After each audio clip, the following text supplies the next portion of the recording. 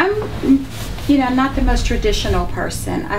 You can say happenstance or just luck or, you know, the hand of God or what have you. I didn't go to school, like my husband went to school knowing he was going to be a doctor and took all the courses to pursue that. Not so much for me. I've always taken what I enjoyed and pursued things that I was interested in, because I could never work somewhere or do something that I just hated. It's not in my makeup to do that. I would rebel against that. I'm just kind of free-spirited. You know, I love what I love, and what I don't like very much, I just kind of move past or avoid. Funny story, my roommate, one of my best girlfriends, who's a practicing lawyer in Atlanta, she always knew she wanted to be a lawyer. So she took this class called the Kaplan course. I'm sure they still offer it. But at that time it was like $750, and it prepared you for the LSAT. And I knew my dad would probably give me the money, but I better be darn serious about it if I asked him for $750. This was in 1983. No, it probably was 85, 86. So I signed up to take the LSAT, read through the little materials, and they give you a little pamphlet that's kind of like the size of a comic book. Read it a couple of days before, took the exam cold, just went in there like, let me see how I do. And I did really well. I did as well as my roommate who took the course and spent the money and all that. So I said, all right, game on. I'm going to law school. Well, I am very intrigued by the foundation of the profession, which is in integrity and ethics. You are the advocate for someone's position. It's funny that, you know, people consider their profession now, and probably the last thing they think about, or the first thing they joke about, is lack of integrity with lawyers and things like that. But at its base, the profession is founded in that. And I've always, you know, wanted to and sought to do the right thing by people. And so that advocacy piece, getting on the right side of something and advocating for that and giving it my all is very intriguing to me. And I was very, very fortunate working with Joey. He definitely reinforced that in the early part of my Aflac career. There was nothing that I brought him that he wasn't willing to hear. Even probably some crazy ideas. I'm full of ideas. Full of ideas. I don't lack ideas. I probably could sell Aflac when I left corporate. I have lots of ideas. But I'd bring them to him. He'd always give me an audience. Some of them he'd act upon. And more than that, he would put me in a position, and he didn't have to, but he would put me in a position where I could present those ideas and usher those ideas through in front of very important audiences. Like, I was, you know, a staff attorney, and I would present things to Dan Amos and to our board, because he felt like, it's your idea, you did the work, I will be with you, but you present it.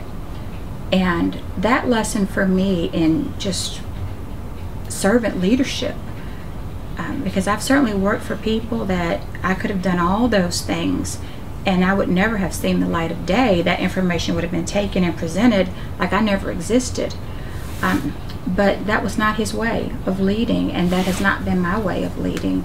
I mean, I'm pushing people forward once I recognize they can handle it, and giving them their spotlight and their exposure and their opportunity to do things.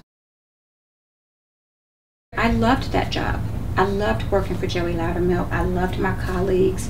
I was able to get back into the area of law that I really enjoyed, which was labor and employment law. And so HR was my customer. That's what I came in to do every day, service them, advise them, and handle the matters that arose. And then there was a reorg, and I had the opportunity to go to HR, which at the time I'm like, I don't want to do that.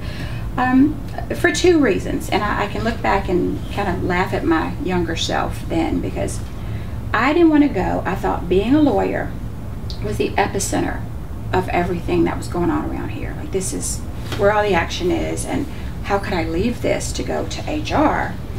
out of ignorance. That's what I thought. You know, lawyers don't lack healthy self-esteem, for sure. Egos? Otherwise known as egos, yes.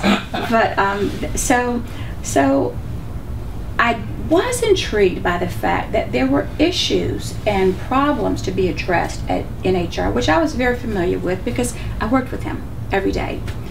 But as I began to talk to Dan, and at that time Aki Khan was the president of the U.S., and they were both in there talking to me about it, every single reason that I gave him, well, I can't go because of this, or I can't go because they do that, I can't go because of this, he said, okay, everything you just told me is yours to fix. Now how can I help you?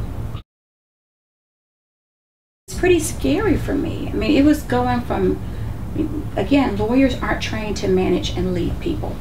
They're just not. I mean, they're trained to manage this work and to advocate this cause. So I went from one assistant that I was managing to 90 people in a day. Now the good news is that I'm pretty good with people. I mean, I always want to understand people and understand what motivates them, want to help them solve their issues. I love people, and I think people love working with me. So foundationally, I knew that I needed people to be successful, and that I had as much to learn from them as I did to teach them. So I came with a real humility in my leadership, because they knew what they were doing and I didn't know what they were doing. I mean, I happen to be a personality type that I'm going to bring you the good and the bad. I'm not going to let you walk away from me with, you know, ignorance. I'm going to tell you, great job, that was fantastic, or I'm going to say, you need to dial that back, or you need to do a little bit more homework, you weren't quite as prepared as you should have been. I want that, so I'm going to give that to my people. That's the only way they grow. But you have leaders who the conversations are difficult and they will not let people know the issues. And what happens is a year, 2 years, 5 years down the line, you've got the same frustrations, the same deficiencies, and that employee, I mean, they have a legitimate reason to not think anything is wrong. And it's a leader's responsibility to do that. That extra money that you get with the promotion into management is for that. It's for that very thing right there. What's your blind spot? Tough question, but I'll ask you. You know, I have an affinity for people, and I have let, to my early example, I have let my, you know, affinity for people, my appreciation, my affection for people sometimes blind me to reality sometimes. If you've done a great service, if you've done a great thing for me, I have a tendency to, you know, attribute everything good to you and little of the bad. But isn't part of that loyalty? It is, but loyalty to the point that it doesn't hurt or cause harm. And sometimes it can, especially if you've got people where it's their personality to use a relationship with you to their advantage and someone's disadvantage. We deal with some difficult issues, some difficult people. You know, we've had some tough days and some tough times, but if you enjoy each other, enjoy your work, and you know that you know, ultimately you're appreciated and valued, and as a person, not just as an employee or as a lawyer or a general counsel or head of HR, but I feel like here, me, Audrey, the wife, the mother, the daughter, the person who loves to read and who loves to shop, that person is valued, and that's really important.